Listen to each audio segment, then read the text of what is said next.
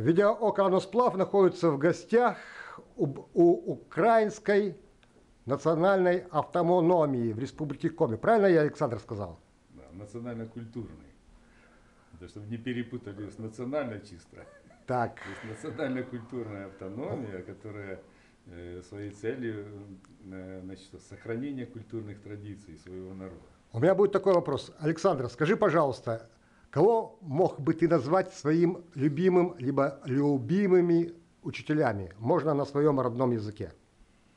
Ну, я скажу сначала на русском. Почему? Потому что моей любимой учительницей была учительница русского языка, литературы, покойная ныне Царство Небесное, Галина Петровна Родина, которая преподавала русский язык, литературу в украинском городе Фастове, в школе номер 10.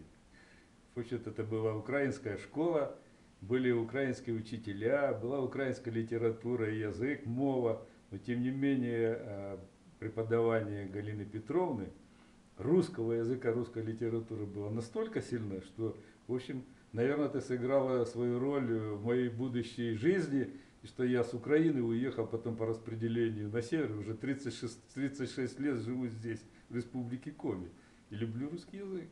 Украинский, конечно, но любовь привела вот эта чудесная женщина, уникальная просто по своей сути, Галина Петровна Родина.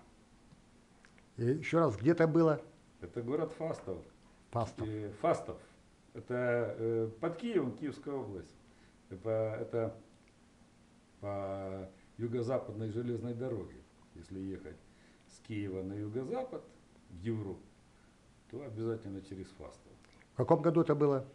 Ну, это было 1973 году, когда я закончил 10 классов прошлого века. Так, что-то на украинской мове.